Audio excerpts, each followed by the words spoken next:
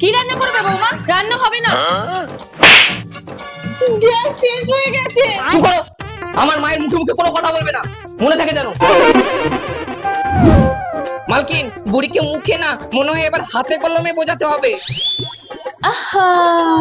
Thank you thank you. বৌমা, রিমোটটা পাচ্ছি না, কোথায় গো? এটা আবার কি? আমি তো পড়তেও পারি না। বৌমা, জামা কাপড়গুলো সব কাঁচা হয়ে গেছে?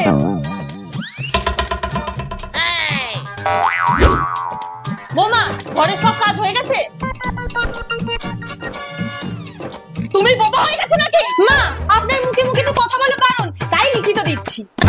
যদি অ্যাপ্রুভ না হয় তাহলে কাউন্সিলর থেকে গিয়ে সিগনেচার করে আনতে পারি, চলবে? কি করে?